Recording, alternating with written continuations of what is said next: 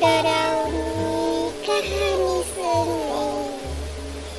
तो चलो, let's start with me.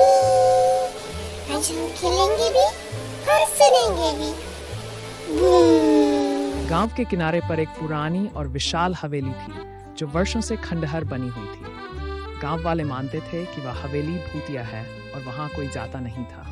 पर एक दिन गांव के 3 दोस्तों ने तय किया कि वे हवेली में रात बिताएंगे और ये साबित करेंगे कि वहां भूत नहीं है। तीनों दोस्त रमेश, सुरेश और महेश तैयार होकर रात के समय हवेली की ओर चल पड़े।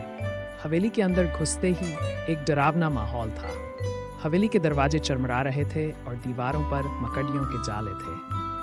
तीनों दोस्त डर के मारे एक दूसरे के पास चिपक गए। सुरेश ने एक मजाक में कहा, कहीं हमारे लिए भूत पार्टी न कर रहे हो।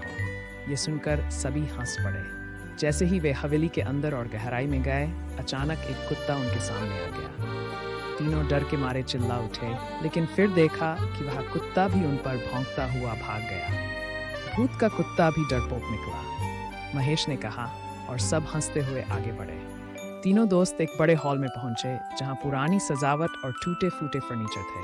अचानक हॉल की दीवारों पर चित्र हिलने लगे और खिड़कियां खुद ब खुद बंद होने लगीं। रमेश ने डरते हुए कहा, यहाँ कोई है।